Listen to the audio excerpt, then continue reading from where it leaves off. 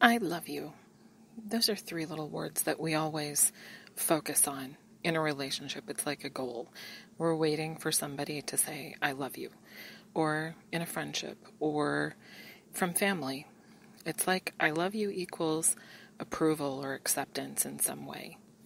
It doesn't often have the weight that we expect it to.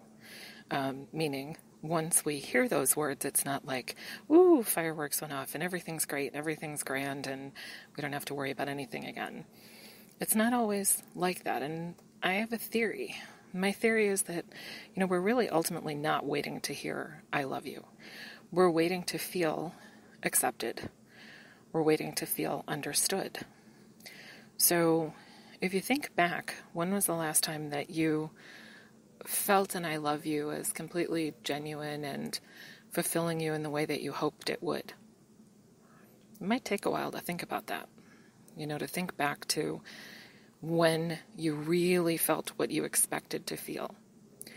So think about looking at relationships going forward in a different way, and think about setting goals in a different way, because it really can shift everything.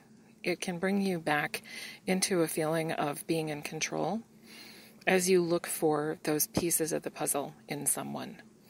What are they showing you about themselves? Are they showing you that they are considerate people? Were they raised to be considerate? Do they do things like pull out a chair for you when you're at a restaurant, or open the car door, or even just hold a door open when they walk ahead of you instead of just letting it smack you in the face? So you want to look for someone who's considerate, because that means that they're going to be considerate of your needs. And you want to look for someone who's going to be showing love to you in all sorts of different ways, not just those words, I love you. So I don't want to undervalue the words I love you truly, but just to know that maybe they don't mean everything that we think they mean. Not everybody in relationships were raised with the same rule book. We weren't taught the same things. A lot of what we found out about relationships, we learned by the examples that were around us. In childhood, especially between ages 1 and 7, what we saw is what we absorbed. What we saw became this pattern that was imprinted on our hearts about what relationships mean, how relationships behave, how they look, how they smell, how they feel.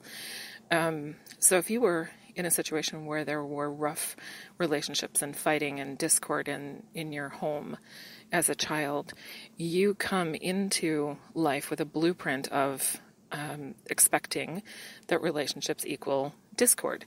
So you're naturally going to create that pattern or recreate that pattern for yourself unless you're aware of it and unless you realize that you need to make a change. You need to start rerunning those patterns. So what are the things in life that really make you feel like it's a good relationship? It's not just the I love you. I love you is not a destination. I love you really has to be every day. It has to be I understand you. It has to be I respect you. It has to be I place you above all else on my list. But some people even can't do that. They think that I love you is like a get out of jail free card,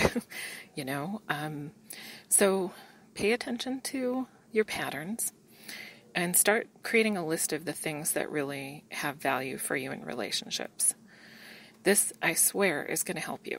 It's going to help from every aspect, every relationship that you're in.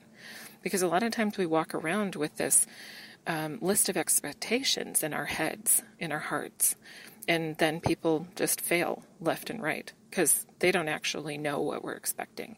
They don't actually know what we need, and maybe on a very basic level, they just don't understand us. So there could be equal responsibility in that. Maybe it's because we haven't shared what we really need and who we really are so that they can understand us.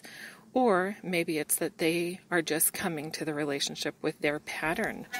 They see that there was this pattern in their life that, I love you got their father out of the doghouse, or I love you got a kiss and a hug and a cookie from grandma.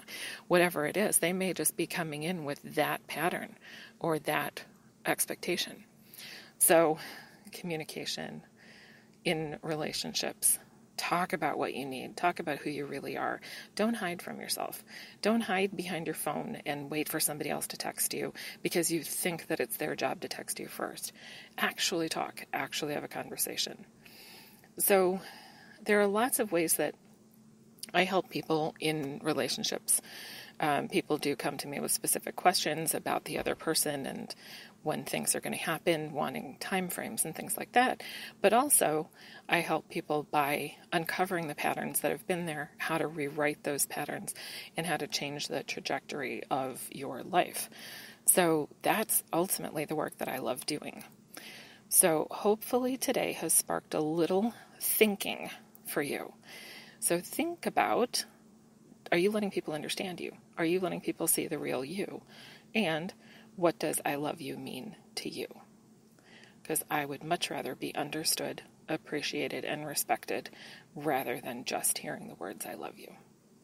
But I'm going to share with you love today from my heart to yours, and positive energy, and a reminder that we're here on this planet to learn and to upgrade.